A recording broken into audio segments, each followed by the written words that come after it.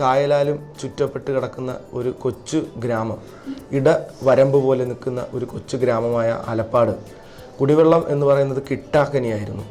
കാരണം ശുദ്ധജലത്തിൻ്റെ ദൗർലഭ്യം വളരെയേറെ രൂക്ഷമായി നിൽക്കുന്ന സമയത്താണ് ഞങ്ങൾ ഈ 21-22 സാമ്പത്തിക വർഷം 54 ലക്ഷം രൂപ മുടക്കി ട്യൂബെല്ലിൻ്റെ നിർമ്മാണം ആരംഭിക്കുന്നത്. അത് ട്യൂബെല്ല് നിർമ്മാണം വളരെ ദ്രുതഗതിയിൽ ഗ്രൗണ്ട് വാട്ടറിൻ്റെയും വാട്ടർ അതോറിറ്റിയുടെയും സംയുക്തമായ ഇടപെടലുകൾ കൊണ്ട് നല്ല ഭംഗിയായി അത് പൂർത്തീകരിക്കാൻ കഴിഞ്ഞിട്ടുണ്ട്.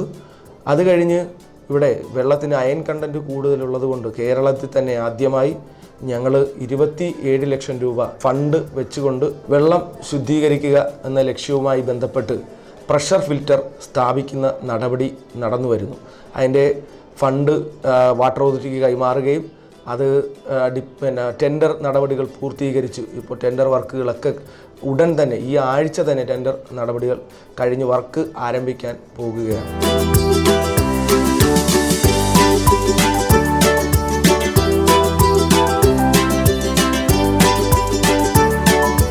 ഒരു തീരദേശ പഞ്ചായത്താണ് ആലപ്പാട് ഗ്രാമപഞ്ചായത്ത്.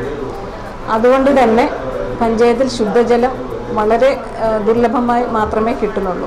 വാട്ടർ അതോറിറ്റിയുമായി കൂടിച്ചേർന്ന് എല്ലാ വീടുകളിലും വാട്ടർ കണക്ഷൻ എത്തിക്കുന്നതിനുള്ള ഒരു പദ്ധതി നമ്മൾ രൂപീകരിച്ചിട്ടുണ്ട്. അത് പൂർത്തിയാവുകയും ചെയ്തു.